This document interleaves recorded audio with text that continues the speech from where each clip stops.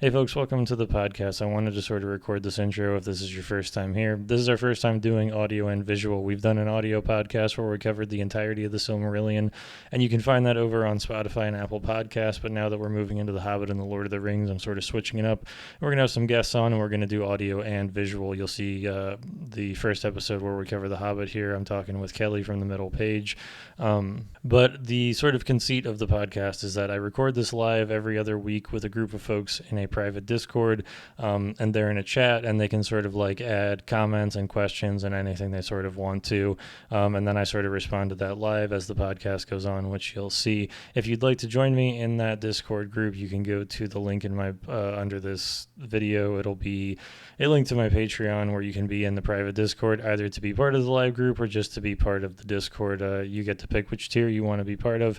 And if you are part of the live Discord group, I do every couple of weeks. I'm going to try to do one for the Fellowship, one for Two Towers, one for Return to the King, where I make something, hand make something, and send it out to folks. If you don't know, the other thing I do with my time is that I'm a woodworker. So, like those maps in the background, I made a custom map for everybody during the Silmarillion, and I send them a bookmark as well. So it's not just a wash if you're part of that group. But anyway, I just wanted to do like a small intro here to just say hello before we get into the actual podcast, because I'm terrible at intros, and this is the first time I've actually done an intro. But yeah, without further ado, let us get to the Hobbit Part 1. This is 2 parts for the Hobbit. Welcome to the podcast. I don't know what the fuck to say. But the thing I want to mention first off is I feel like that people are going to tune into this episode before they're going to tune into like a Silmarillion episode, because the Silmarillion is like that dense tome that everyone's scared of, but they'll see the Hobbit and be like, hey, I'm going to check that out. So I feel like we're going to get a couple of new ears listening to the Hobbit. To those folks who might just be coming here for the first time, I want to say that we just read the Silmarillion as a group together because we're masochists, and what we're going to do is continue our sort of like reading of Tolkien.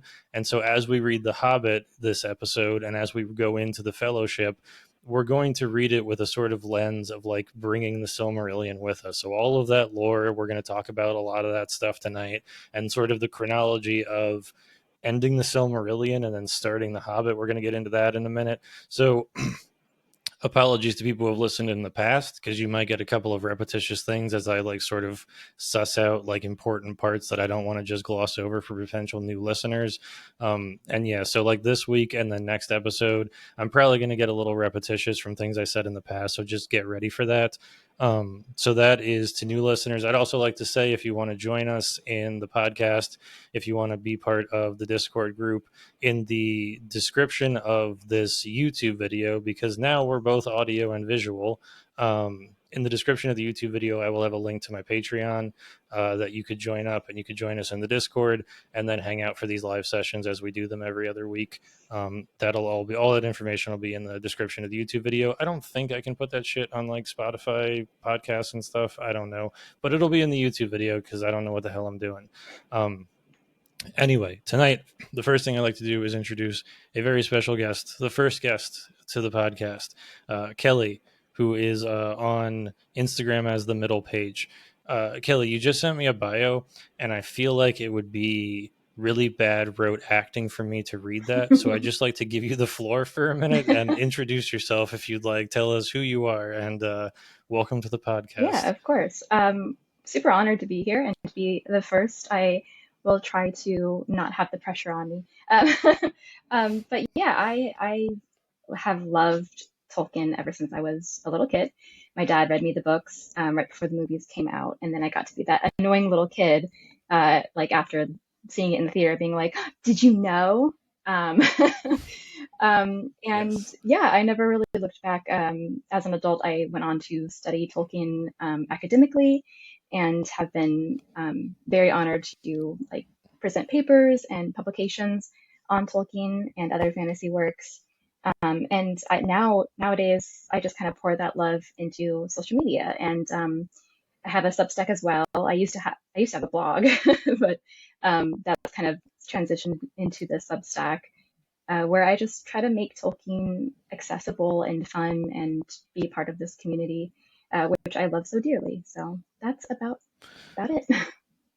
Awesome. So, and if you want to check out Kelly's Instagram or her Substack, there will be links to those in the description of this YouTube video. You should totally follow those things. I invited Kelly on this podcast because her videos are super informative, super helpful. She presents Tolkien in an awesome way. She has an amazing aesthetic. Like, definitely check out her content and her page because she has a lot to add to the Tolkien conversation, as we will continue on this evening as we talk about The Hobbit. And speaking of which, Kelly, during this episode, you're going to have to be okay interrupting me Okay. because the way that we've sort of, you've listened to a couple episodes, I know, and the way that we've sort of structured the podcast has been a chronology because the Silmarillion is often dense and difficult to get through. I shaped the first episodes of the podcast to just kind of be like, here's what the hell's happening if you're struggling with it.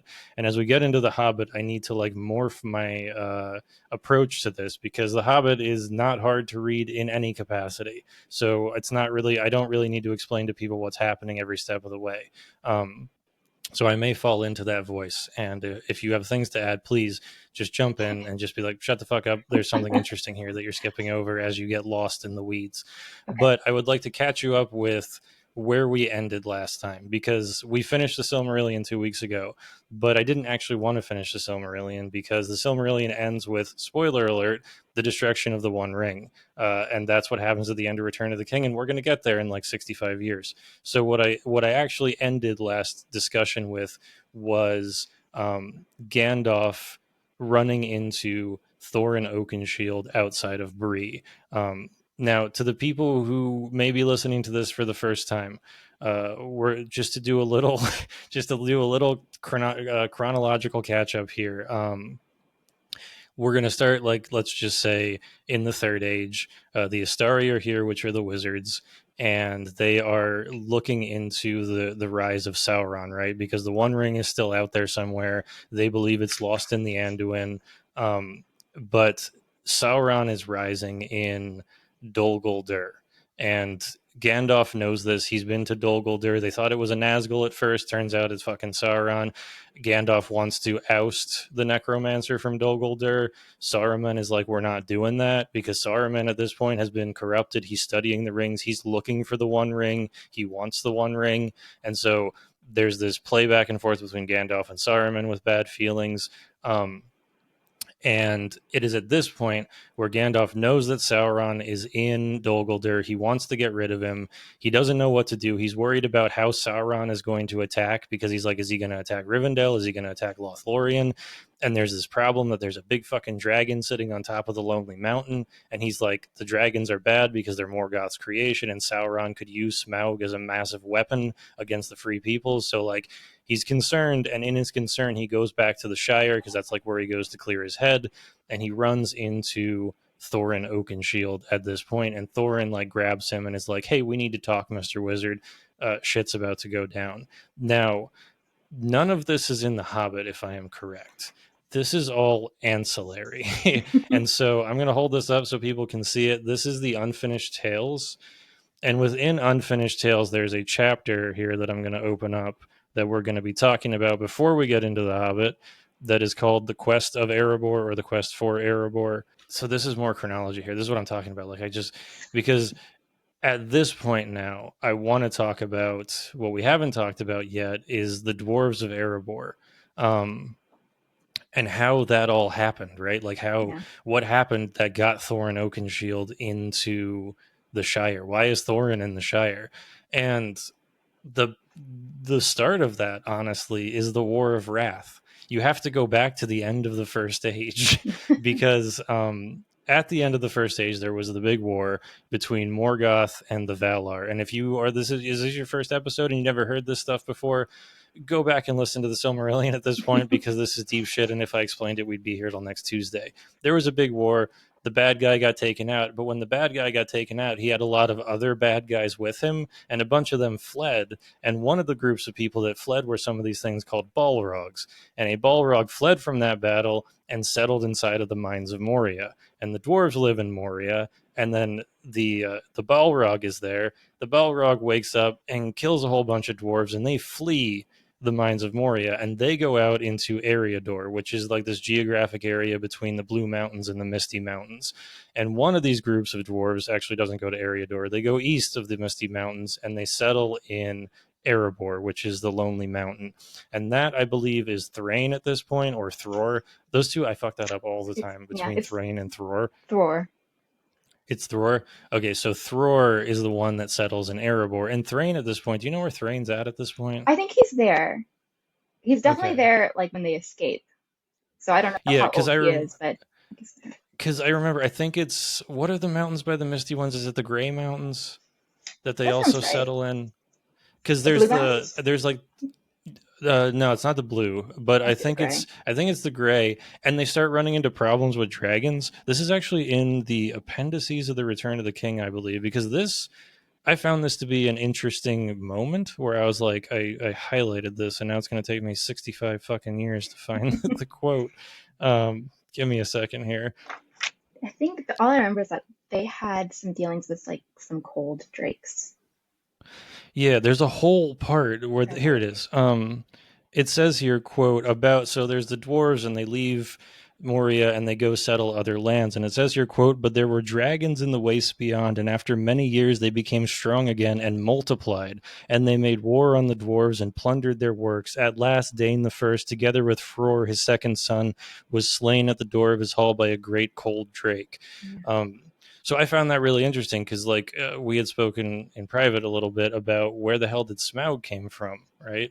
And I was like, was he in the War of Wrath? Because, like, did dragons reproduce? And it says here, it says they became strong again and multiplied. So Multiplied. I guess dragons were just around at that Yep. time. Um, I don't know if it's specified anywhere in Tolkien's Legendarium, but at this point, we learn that dragons are still out and about, um, which I found interesting. So that means that Smaug could have just been one of these dragons. He might not necessarily have been around at like the War of Wrath or anything like Yeah. that. And I think it's like Um, in Tolkien's world, like everything was greater and bigger the like further out you get. So like Smaug, mhm. even though he's quite formidable at this stage, is still probably one of like the lesser dragons because it's not like one of the great mighty dragons of ages past. Yeah, and that's an interesting point. It's something we haven't actually talked about in the podcast. It's something I haven't looked into very much. Is like this idea, and like let me know if I'm right or wrong here, is that like at the end of the third age, once elves like leave, we like the world stops being like magical and fantasy, right? And it like becomes our world, doesn't it? Yes, and for Tolkien, everything was degrading from the very like Uh-huh. from Valinor, from the very first events of the First Age. It was the world is just degrading and things are getting worse and worse and worse. And even though like we see Aragorn and you see this bright future that he builds because of the Return of the King, it's still so much lost from what it once was. And that theme is so prevalent throughout all of Tolkien's works.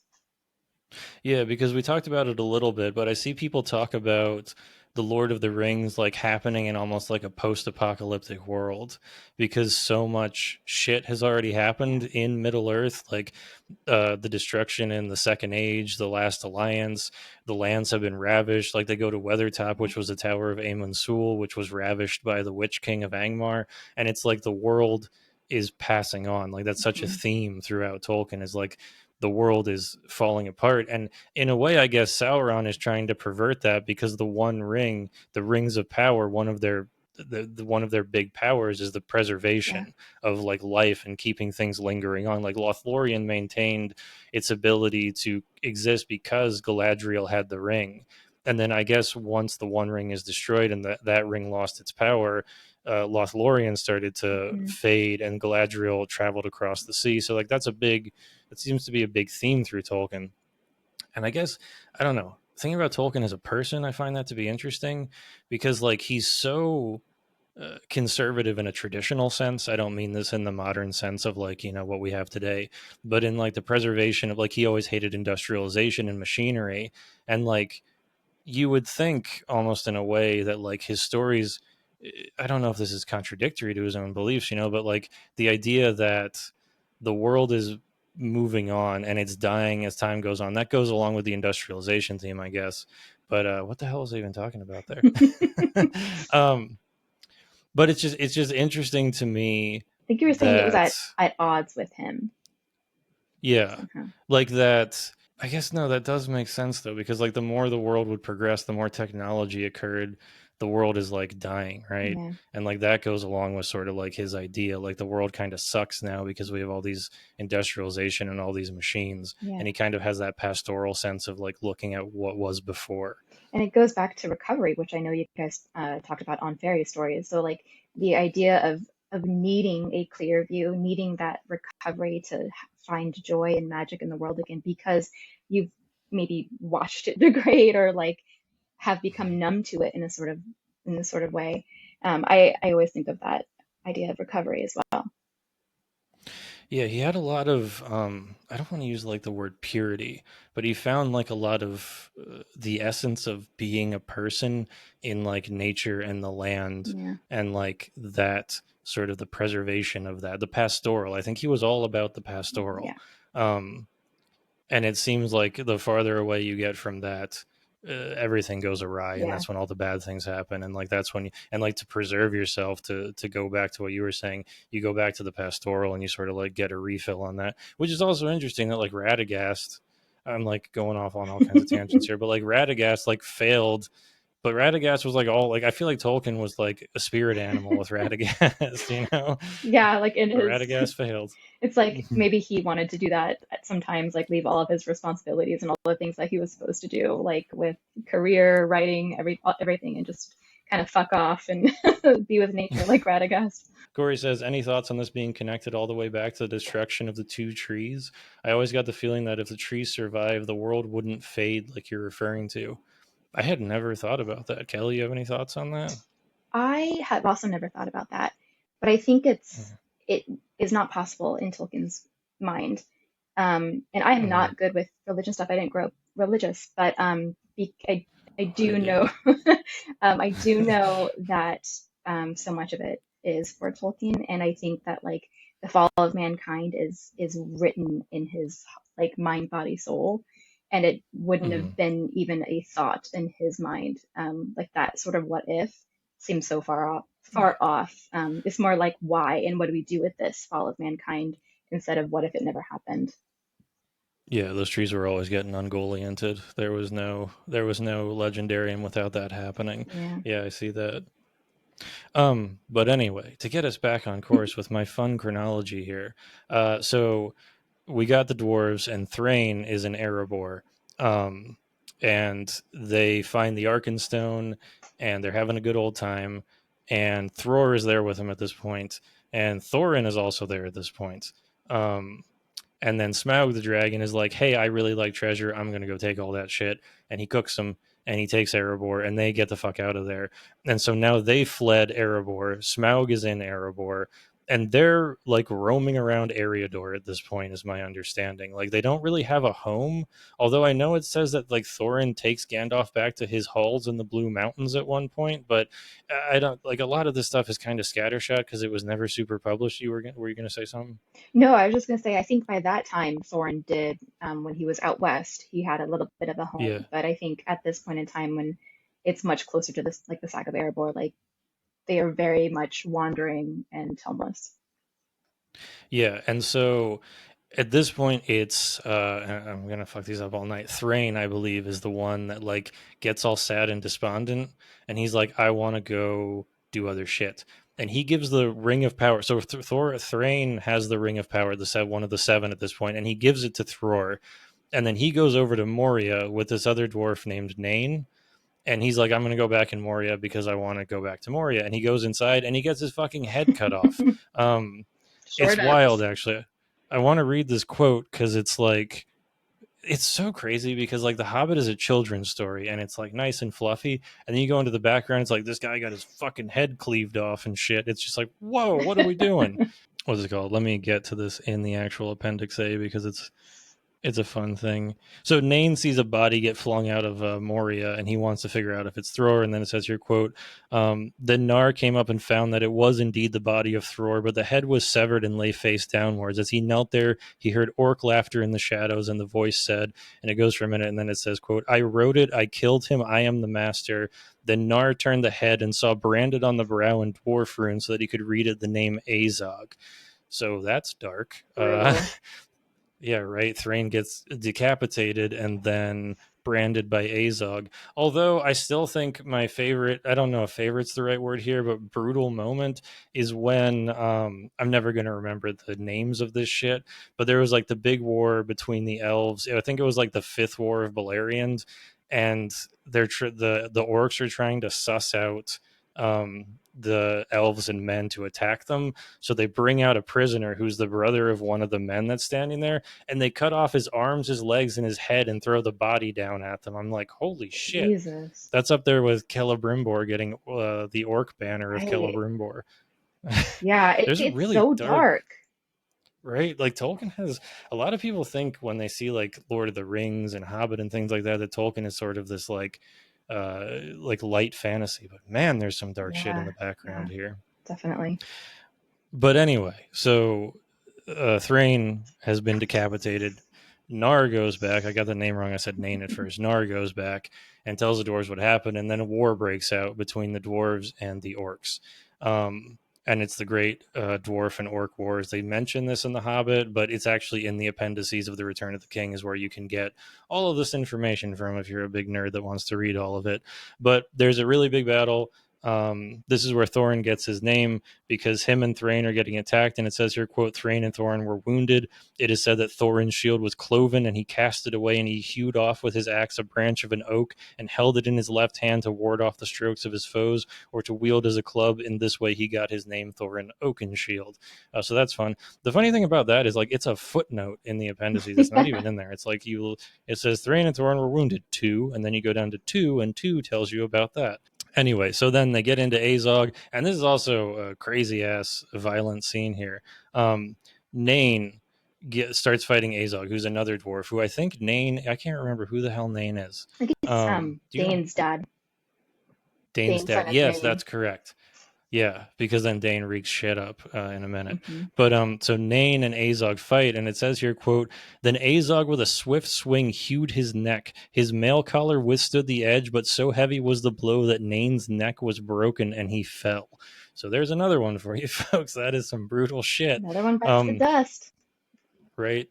So then Dane pops up, who is the son of Nain. Thank you, Kelly, and kills Azog. And they do their own brutality here, because it says, quote, Dane Ironfoot, Nain's son, right before the doors he caught Azog, and there he slew him and hewed off his head. They took the head of Azog and thrust into its mouth the purse of small money, and they set it on a stake. That little money purse was after Azog killed Thrain, Thor. Thror, one of those two. He threw a bag of money out of Moria and was like, get the fuck out of here. So they took that bag of money and put it in Azog's decapitated head. Epic shit. I love that they kept this the whole time. Like, such little petty bitches. They're like, I Right? planned That's this moment. awesome. Right? That is a fantastic little detail. But now that's over, and at this point, Thror gets up and he's like, we're going back into Moria. And then the other dwarves are like, hold the fucking phone. You can't go back in there, because they remember Durin's Bane, the Balrog that they awoke, was still there. So they do not take Moria back at this point because they can't. And kind of like epic foreshadowing, if you know what's going to happen, which everybody does at this point, it says, quote, beyond the shadow it waits for you still, Durin's Bane. The world must change, and some other power than ours must come before Durin's folk walk again in Moria. That power being Gandalf the Grey, who fucking wrecks house in Moria in a couple of chapters. So anyway, so now the dwarves are back in Eriador and they're wandering about, and I think this is the point at which Thorin gets his halls in the Blue Mountains at some point here. um, but I have a lot of stuff marked here. Do you like how we haven't even started The Hobbit yet? So we're going to talk about the ring for a second, the Dwarven ring, because this was really interesting to me. Thrain has that ring at this point, And it says here, quote, Sauron by his arts had discovered who had this ring, the last to remain free, and that the singular misfortune of the heirs of Durin. So the dwarves here are talking about this, and the dwarves are saying that they think that the misfortune of the heirs of Durin were largely due to his malice, Sauron, for the dwarves had proved untamable by this means. So the rings did not fuck up the dwarves. And it says here, quote, they were made from the beginning of a kind to resist most steadfastly any domination. Though they could be slain or broken, they could not be reduced to shadows enslaved to another will, and for the same reason their lives were not affected by any ring to live either longer or shorter because of it. All the more did Sauron hate the possessors and desire to dispossess them. So the seven were like a failure, right? Because like it just didn't work on the dwarves. Sauron just screwed Yeah. that one up. Yeah, they would not have become wraiths. Yeah, Yeah. and I don't And think he was the three happy about that. also Yeah, and the three also failed too, because the second he put on the one, Galadriel, Círdan, and Gil-galad were like, "Fuck no," and Yeah, they stopped using them. yeah, So like, 10 rings failed, and 10 succeeded, I guess. So yeah. 50% Sauron. Those are rookie numbers. That's some shit Basically, right all there. to say that men are the worst. Like we are the Yeah, most basically, susceptible that to is everything. that that does seem to be kind of a theme Like in we're Tolkien that so weak, men, yeah, right, we're so easily corruptible, except our boy Faramir. But we'll get to that in like 2 years. Um, except for him. the movies did him dirty. Sarah says in the chat, men are the worst. Indeed, Sarah. I agree with you there. Corey said, I mean, maybe Tolkien saw the gnarly stuff in World War One. Absolutely. I like, Yes. you can't talk this without that sort of, this informing a lot of that. All these wars and things like that are actually being told from the perspective of a man who sat in the trenches. So, like, this isn't just like, he's not cosplaying war. He lived this shit. And that's Mhm. what we're getting on these pages. Anyway, so uh, we talked about the ring for a minute. The dwarves are incorruptible. Um, and then Thrain, it says he becomes restless and discontented, and he decides that he's going to go back to Erebor. And it's sort of hinted at in the text and is a maybe that the ring did have this effect on him, that it made him sort of discontented, and that might be why he decides to go back to Erebor, because at this time Sauron is back in Middle Earth, coming to power, and he's trying to get the rings back. And so as Thrain goes back, he gets captured um, in Mirkwood and gets taken to Dol Guldur. And last week I had mentioned that when Gandalf had gone to Dol Guldur originally, when he was trying to figure out if it was Sauron, he ran into a dwarf in the like pits of Dol Guldur who gave him a map and a key. And Gandalf was like, "Who the fuck is this? I don't know. I guess I'm just going to keep this map and the key for whatever's." That was Thrain. Thrain gave him the map and the key that have crucial information that Thorin is going to need. That map and the key are clutch to everything that happens in The Hobbit, because without Gandalf having those, Thorin would probably have been like, "You're a dumb old wizard, and we're not going to take Bilbo with us." Like, that's, remember that Gandalf got that map and key from Thrain while he was in Dol Guldur. But Thrain's gone now. He's out of the picture because he's been in Dol Guldur, and I believe he dies there. I Yeah. think that's what happens, but I can't remember. Yeah, Thrain, another one dead. It's like we're reading the Silmarillion all over again because Sorry. everybody's dying. Yep. Um, and so now we're going to catch up to where we ended last week, because now Thorin's wandering around, and he runs into Gandalf, and it says here, quote, "It was even as Gandalf sat and pondered this that Thorin stood before him and said, Master Gandalf, I know you only by sight, but now I should be glad to speak with you, for you have often come into my thoughts of late as if I were bidden to seek you. Indeed, I should have done so if I had known where to find you." And so that's going to get me out of the appendices of the Return of the King and get me right into the Unfinished Tales, because that's kind of where the quest for Erebor picks up in the Unfinished Tales. Oh, I didn't even show you my fit check for this episode. Is Fingolfin Yes. versus Morgoth. Shout out to Isolation Man Prince. That's a T-shirt that he made. He does these drops like every other month or something like that, and he did Fingolfin versus Morgoth, and there's no way I couldn't pick that up. So cool. Totally awesome. Oh, in chat, Shai said, man's weakness is a theme in Catholicism too, and in other major religions. Of course, it's a theme in Tolkien. I'm not 100% up on all my Catholicism, but man is responsible for original sin and are flawed creatures that need the guidance of God to thrive and survive. It's not God that destroys worlds, it's man thinking he's God that does. Um, yeah, because Yeah. like I was raised Yeah. Catholic. Catholicism is all self-flagellation. It's all about like men are broken, and all we are trying to do is like claw our way back into the graces of God, and that is all over Tolkien. Like it So is all Numenorian. over the place, very much so. Because I think that Catholicism, we've talked about Catholicism so much on this podcast because you just can't Yeah, get away from it. And I know, like when we talk about on fairy stories, Tolkien was not a fan of allegory, um, but his stories are absolutely influenced heavily by his Catholicism, and yeah, there are elements in there that are very the Numenorians. There was a section in the chapter about the Numenorians in the Silmarillion where I was like, I'm basically reading the Gospels here right now. Like this is ridiculous. It was when the messengers of the Valar came to the Numenorians and were like, you can't travel west and you can't have like eternal life. And they were like, well, this is like why that's a bad deal. And I'm like, this is just a Catholic like dealing with their mortality right now. makes so much sense. But anyway, so we get onto the quest of Erebor here now. And so like I find this to be an important thing to explain because it sort of elucidates for us more the beginning chapters of The Hobbit.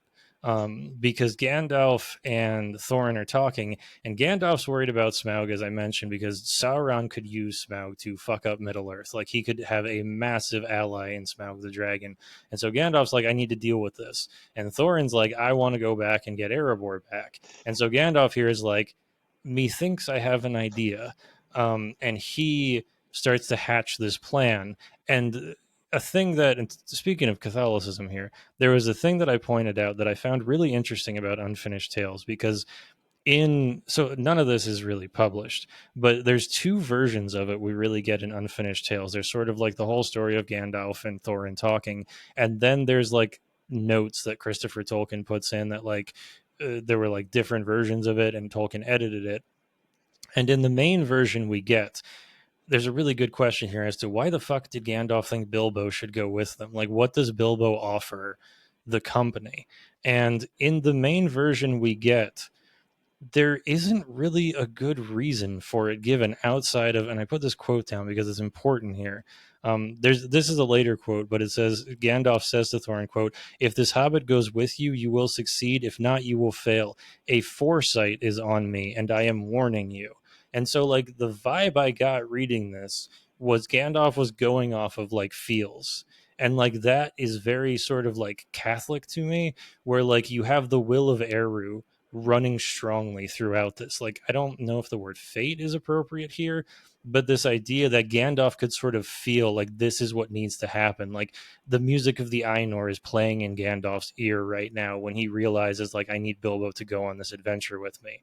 And I find that interesting because in the second portion, where they have detail, there's a ton of detail. Like, Gandalf gives all kinds of reasons. He's like, Bilbo's tiny. Smaug won't know what smell he has. He's a good burglar.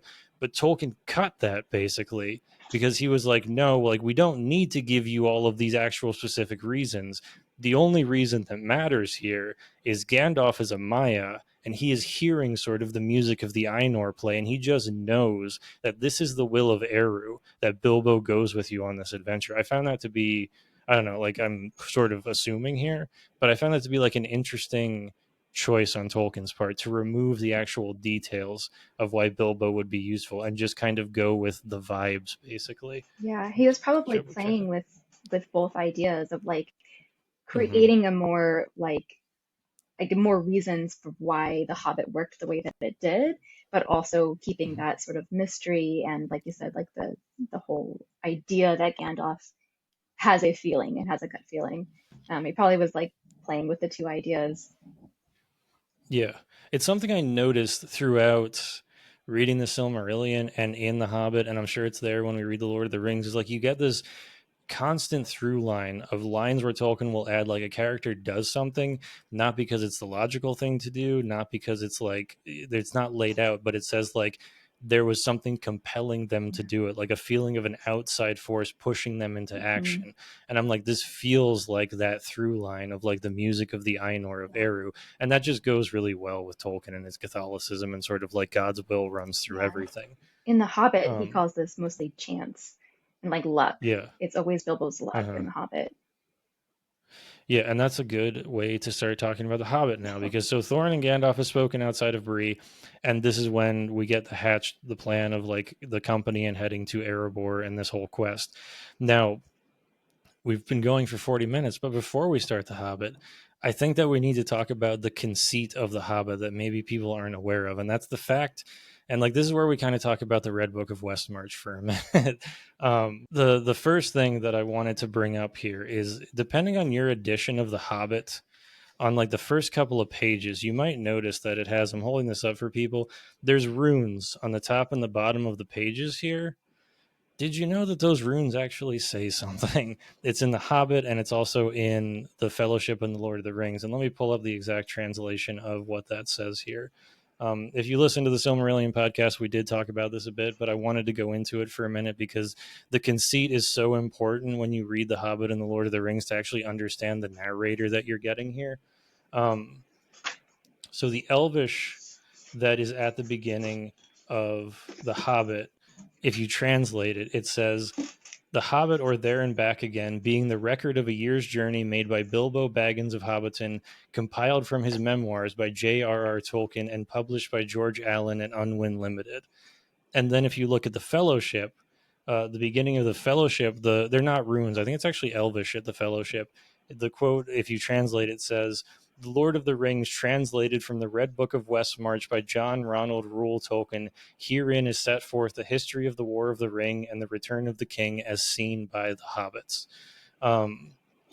So what the hell is the Red Book of Westmarch? Tolkien, the funny thing about the Red Book to me is it gives Tolkien such an out for like Oh, fucking things up 100%. in his legendarium. Like it's such a Wasn't good me. failsafe. Um, because what Tolkien's conceit here is that he didn't actually write The Lord of the Rings and The Hobbit and the Silmarillion.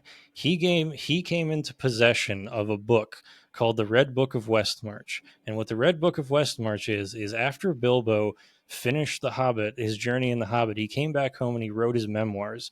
And those memoirs, which are The Hobbit, is the first thing in the Red Book of Westmarch. Then he retired in Rivendell, and while he was in Rivendell, he found a bunch of Elvish papers and he translated those Elvish papers and he put them inside of this book, which is the Red Book, and that's called the Silmarillion. And then he gave that to Frodo, and Frodo wrote his memoirs, which is the Lord of the Rings, and that's in the Red Book. And so this thing, the Red Book of Westmarch, is this document that contains the Hobbit, the Silmarillion, and the Lord of the Rings. It's in its entirety, and this was written by the hobbits. And then the conceit here is that over millennia, Tolkien came into possession of the Red Book of Westmarch, and he translated it, and that is what we are reading. So Tolkien didn't actually write this. The Hobbit was written by Bilbo Baggins. It was not written by J.R.R. Tolkien in the sort of metatextual narrative here of what we are reading. And like I said, fantastic out for Tolkien because we just have an unreliable narrator from the get-go. It also, like, as we talk about the Hobbit, it makes it hilarious in some parts when you realize that Bilbo is basically like stroking himself in sections of The Hobbit when he's like, Bilbo was so brave and great in this portion, and Bilbo's the one that's writing it. Or when he's like, poor Mr. This Baggins. Yeah, poor Mr. Baggins. I like actually highlighted a section that I'll bring up when we talk about it, but it's in Mirkwood when Bilbo's really gassing himself up about how awesome he is running around stinging people. Um, but anyway, that brings us to the actual Hobbit. Now, I can tell you, I did a million times more research about all of that stuff than I did about the Hobbit. Um, my read through of the Hobbit this time was actually a listen through. I listened to the audiobook that Andy Serkis narrated because I never listened to it before. That was fantastic. I would It's 10 out of 10 audiobook. so cool to hear him like just be Gollum. Yeah, right. Yeah. And like he has unique voices for all of the Yeah. dwarves and like all of the trolls, everything has like all of these different unique voices and perspectives. And it's just like crazy. It must have been and he like sings all of the songs. Like I don't know if he came up with the melodies to that or whatever, but He's I would good. highly recommend listening to it. That the Lord of the Rings I by him is know. good too. Yeah, I think I'm going to do both. I'm going to read it for the actual podcast, but also listen to it. I Mm. know that there's like the old school audiobooks that were recorded like back in like the 40s or something. I'm not sure.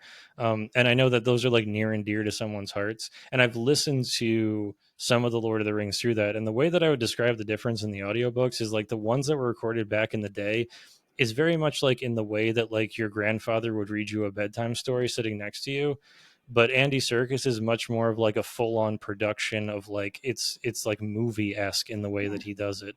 So I think that they're both like unique in the voice that they bring to the table depending on what you want on that day. I will say too, for the Lord of the Rings, if you don't want any aspect of the films to be part of your reading, maybe skip the audiobook because he very much is the actors portraying. Like, so his Sam sounds like Sean Astin, and Oh, his same with his Pippin sounds like Billy Boyd. So he, which can be like really cool and unique. Like, it's nice to like relive that world, like have them all just like completely intermixed with each other. But if you yeah. don't want that, like I will say his Gandalf doesn't sound like Ian McKellen, but Mhm. other characters very much do. Like he has the accents of the people he worked with. So that could be cool, but it also could be like a little off-putting if you don't want that. Yeah, I got that vibe when I was listening to The Hobbit with like the orc voices and of course Gollum because it's just Gollum, you know. Yeah. And it's like there is an interesting conversation to be had about like there is the Peter Jackson aesthetic that we can look at Tolkien lens through, but that's not the only one, you know. Like there is like I read The Hobbit and Lord of the Rings before those movies, and it feels like in current pop culture, like you can't separate the Jackson films from the books a lot of the times. And like I definitely think that's a really good point. Is like there's an entire world of the Lord of the Rings that isn't in New Zealand, you Yeah. know? And so like while I really appreciate Jackson's movies and I can't imagine getting a better adaptation of the movies because of just the scope and the scale, I think that there's definitely a value in like approaching the text away from that specific aesthetic and like giving it your own because the Jackson movies are not the end all be all of Tolkien's works. Yeah. Fucking Witch King breaking Gandalf's staff. I'll never forgive him. I did hear that Shy in the chat says Circus also read the Silmarillion, and people have mentioned that before, and I'm like, holy fuck, that must be a wild ride Yeah, I listened because to Circus that brings so too. much energy. You listen to it? Yeah, yeah, Does he I make like it it. interesting? Yes. So I previous to my listen to of The Silmarillion, which was maybe less than a year ago, I had just read it. And one thing that listening to The Silmarillion does, especially with Andy Serkis, is what you just mentioned. It's like he brings character and like fervor to speaking. This all the speaking that happens. Like I didn't realize it, but I kind of read most of it monotone. But he's like when an elf is angry, like you know it. Um, and I realized what was missing in my own like internal reading because I kind of just read speaking as yeah, just kind of moving on and like, okay, they said that, and then you move on to the action. But he makes it like you live it and you feel. And I was like, oh, these elves. It sounds kind of silly, but I'm like, oh, these elves are mad. Yeah, they're really mad at each other. So I really That's like a it. yeah. He does do a pronunciation of Iluvatar really strange to me.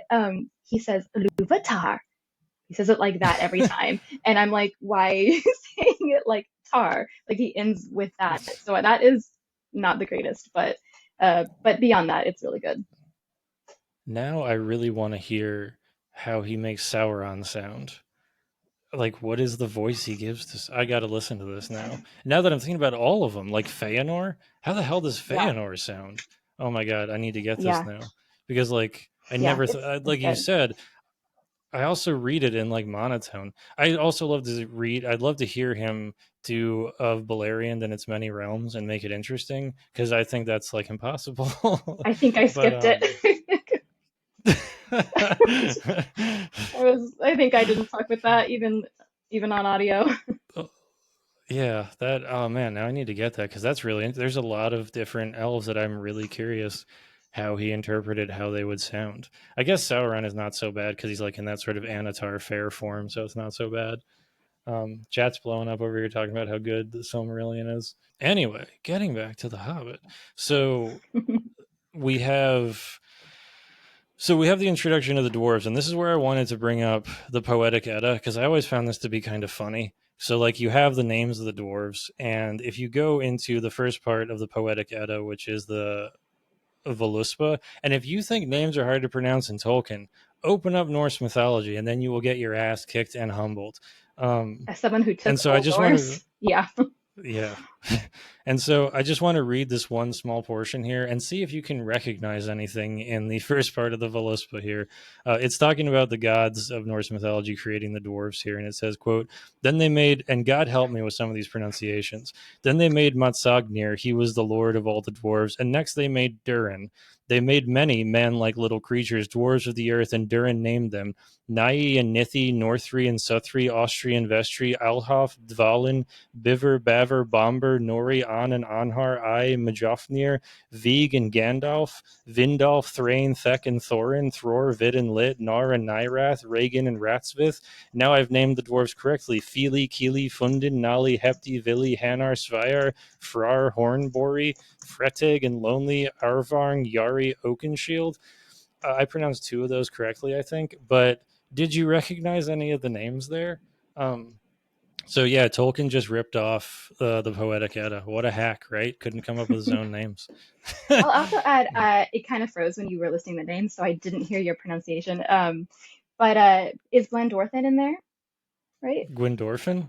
I think it probably was, but God knows, because I basically just threw alphabet soup at the Yeah, wall when I was trying to read that. I can't remember, but Gandalf is, and Yeah, Gandalf in is. the early drafts, Gandalf's name was Glendorfin, and Thorin's name was Oh, Gandalf. So that's why you have the Gandalf in there, because it was originally used for Thorin, for a dwarf. ah, that makes a lot of sense. Yeah, That's more interesting. Yeah. I also saw, like, I can't remember what it was, but, like, I think Saruman, a lot of the names he got from, like, Old English, where Saruman, you can, like, look it up and it actually, like, literally means, like, white voice or something, or loud voice or something. I don't know that one specifically. Don't come at me for that. But, like, I think that, yeah, like, he found a lot of names that way, is like yep, what he did. yep.